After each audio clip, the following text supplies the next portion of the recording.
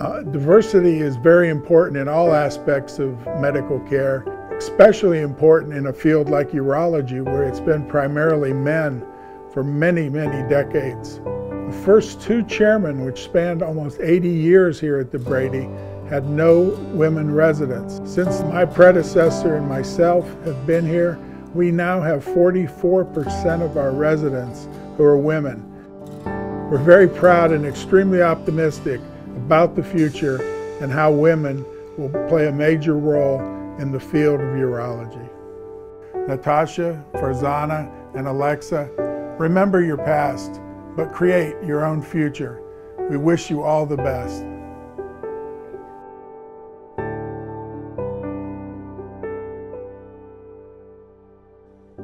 Dr. Shapiro, thank you so much for joining us. It is absolutely my pleasure. It seems like yesterday that I left the Brady, but it has been a long time.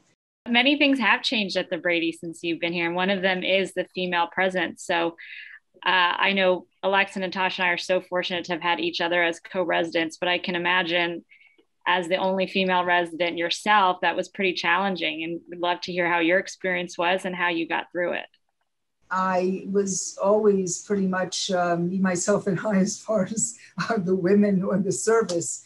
And after a while, I guess it didn't seem unusual. I know that I'm privileged to have been the first woman at the Brady, and that I'm privileged to have been the 20-something woman board certified, but I just thought of myself as a Halstead resident and as a Brady resident. And I think because of that, I really sailed through without a lot of issues, so to speak.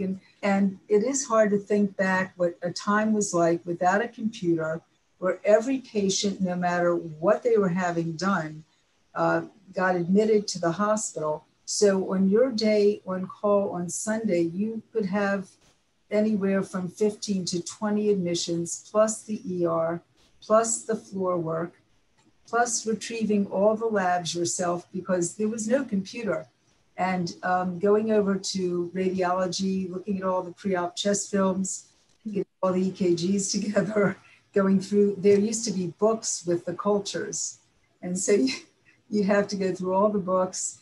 In general surgery, you'd have to call to get the numbers at around 4 o'clock, and this would read all the numbers, sodium, the sodium is, the potassium is, the chloride, and that was for every single patient on the service. And you have to remember that Dr. Walsh's patients stayed in for 3 weeks. Oh my God. Got to know them really, really well. So Dr. Shapiro, I was actually a medical student at Columbia, but I spent a week at NYU.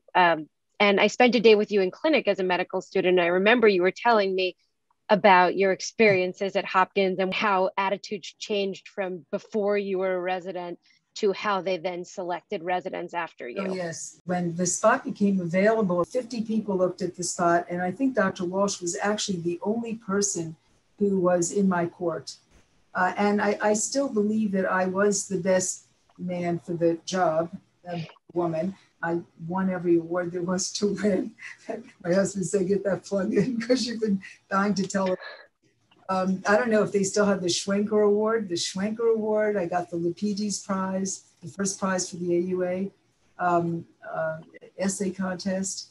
And I remember one year I won the first prize and an honorable mention the same year. And Paul Peters, who's probably not a name that you'll remember, but he was at ET Southwestern, called me and said, Ellen, are you sure you want to put 2 papers in? I said, I'm sure, because I know I'm going to win.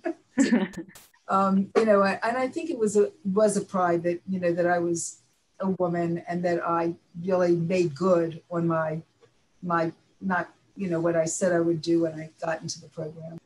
I think urology has been behind on men compared to other medical specialties in terms of female representation. I don't know the exact numbers, but it's definitely less than 10%.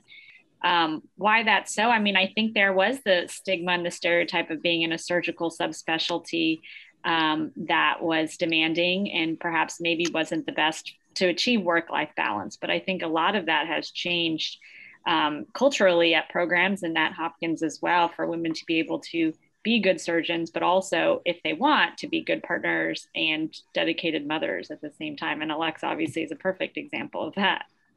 Thanks, Farzana. Obviously, I obviously struggle with work-life balance constantly. I just had my second child 8 weeks ago, so figuring out how to work on that. But urology was an appealing field to me because, as Dr. Shapiro pointed out, your career can ebb and flow in urology, and what cases you decide to take on, and earlier in your career, and that you can scale back and scale forward. And to me, that was something that was very appealing about urology. I had help. You have to have help. I mean, you have to leave your children with someone. So you have to have reliable help. But then again, you have to know when the day comes to an end at work, and to be able to get home and to be able to bite off what you can chew. I was fortunate in that by the time, before I had children, I was a full professor. So I sort of did life backwards in a sense. And I can tell you, to do it the other way, it is hard. It would be hard to, do the basic science work that I did and run a household and worry about children's schedules and whatnot. It really is. I mean, I had my NIH grant until I had my daughter. So I think that says it all. It's really been a special experience to be part of this graduating class, the first ever all-female class at the Brady. And I think we've all been able to really support each other in really important and personal ways throughout our journey. It's been 6 years at the Brady, and Farzana and I have known each other for over a decade because we went to medical school together. So I think that there have been really deep bonds that we've formed, and we could all relate to each other on so many different levels, and partly because we are all women. And I think that it's just been a very it's felt like family. What's really exciting about this group of women is not only are they graduating in urology, but they're graduating from the Brady at the Johns Hopkins Hospital. That is an achievement in and of itself. And you all should be extremely proud of yourself. Being part of the Brady will carry through forever and a day. When I say that I trained at Hopkins, it is, again, magical. I'm very fortunate that I had that opportunity, and I'm sure you all have realized what an opportunity it has been to be at such a historic, groundbreaking institution, and to work with the individuals that have trained you as well as they have. Thank you, Dr. Shapiro, for joining us and sharing all your My work. pleasure. It's my pleasure. It's really exciting. Thank you for all the kind words and advice and wisdom. We really take it to heart. It was nice to hear that, and also hear how important your time at the Brady was to you even now. I was tearing up just thinking about finally graduating the three of them. So thank you. We really appreciate everything. My pleasure. Good luck to you all. I'm sure our paths will cross at the Brady breakfast. That would be wonderful.